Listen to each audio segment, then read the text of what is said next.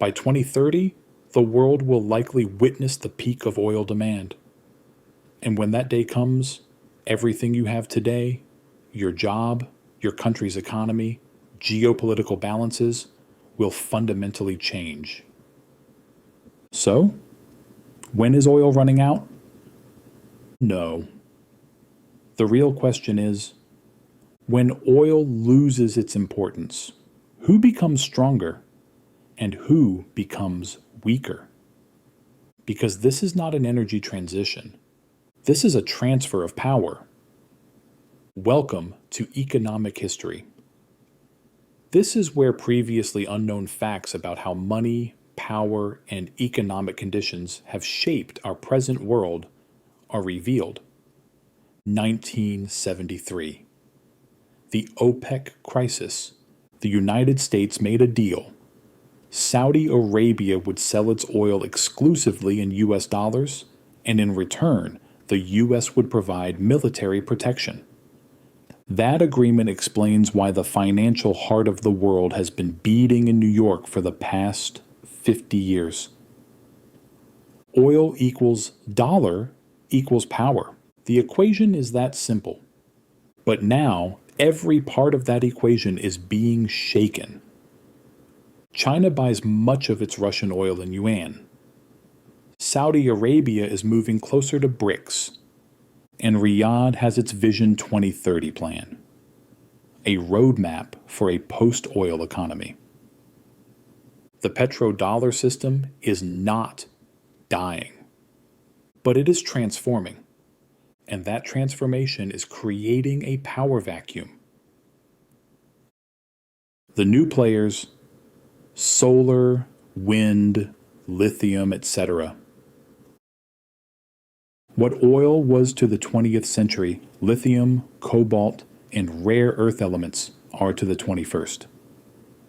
Today, 58% of the world's lithium reserves are concentrated in just 3 countries: Chile, Argentina, and Bolivia. Cobalt, the Democratic Republic of the Congo. Rare earth elements, largely under China's control. In other words, the energy transition is not eliminating dependency on the Middle East. It is simply shifting that dependency elsewhere. The United States aims for widespread electric vehicle adoption by 2035. But the raw materials needed for those batteries still pass largely through China's refining and processing facilities. Fossil fuel geopolitics is being replaced by critical mineral geopolitics. Future conflicts may not be fought over oil, but over the elements buried beneath the ground. Who loses? The Gulf states, Russia, and those left behind. More than 40% of Russia's economy depends on oil and gas revenues. It has lost much of the European market and become increasingly dependent on China. As the energy transition accelerates, the global value of Russian oil could steadily decline. The Gulf states see this coming. That's why they talk about Vision 2030 and Vision 2040. Dubai has become a financial hub. Saudi Aramco is investing heavily in technology. But whether these transformations will be enough remains to be seen. And what about smaller states that rely heavily on oil revenues? Nigeria, Iraq, Venezuela. What happens to these countries in a world where oil matters less? The answer could mean migration waves, internal conflicts, and the emergence of new failed states. Who wins? China's big move and the new order. China became the world's largest exporter of electric vehicles in 2023. More than 80% of global solar panel production is based in China. The majority of major wind turbine manufacturers are Chinese companies. The message is clear. Whoever controlled oil in the 20th century controlled power. Whoever manufactures green energy technologies in the 21st century will shape the rules of the game. And right now, China is leading that race.